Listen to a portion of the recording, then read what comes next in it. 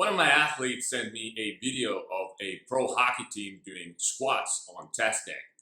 Before we get into the video, let me read out my response after watching these guys train. It's so bad I laughed out loud.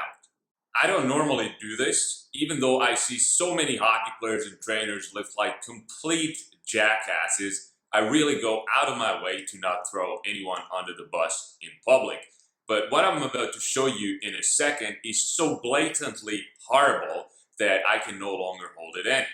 And let's be honest, the team in question shared this video on their social media account, so it's not like there's anything secret going on. It's all fair game. They decided to publish it for the whole world to see, and if you do dumb shit, you're gonna get called out. Just how it works. Now that you know my opinion, let's roll the tape. So what's going on here? This is a men's pro hockey team in one of the top leagues in Europe. Their player budget is in the millions, and here's the type of training you get with that type of money. Half squats with what? 3-4 inches of range of motion? I mean, that's not even a half squat. This is a quarter or 1/8 of a squat.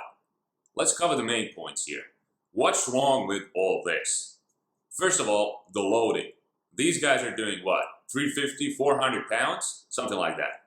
I guarantee you, each one of these players, maybe with the exception of the last guy who looked pretty diesel, would struggle taking 275 down to full depth. Why? Because strength is joint angle and range of motion specific. So if all you do is bend your knees to descend 4 inches, guess what? You will get stronger over those 4 inches, and that's it.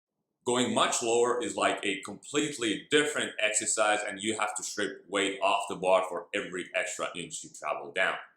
So if your goal is to full squat 300 pounds, you have to do full squats to develop the strength, mobility, and body control needed to full squat 300 pounds. Shocker, I know.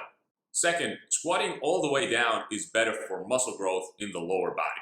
If you want complete muscle development in your quads, glutes, and adductors, and if you want to avoid muscular imbalances, then go with full squats.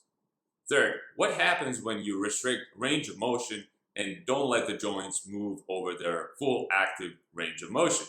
Your mobility decreases. So all these hockey players who complain about tight hips, the reason you're so damn tight is because you skate and lift in a way where your joints don't move over a full range of motion. So your mobility takes a hit. So when you hear people say, lifting weights makes you tight and inflexible, no. Lifting in a restricted range of motion makes you tight and inflexible.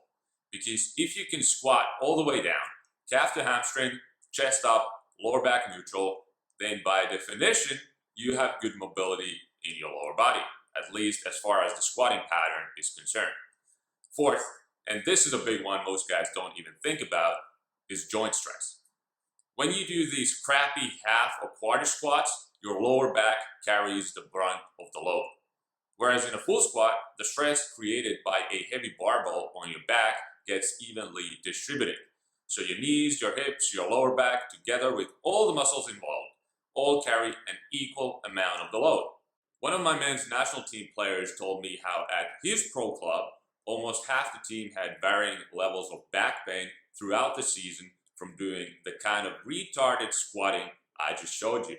He was one of them.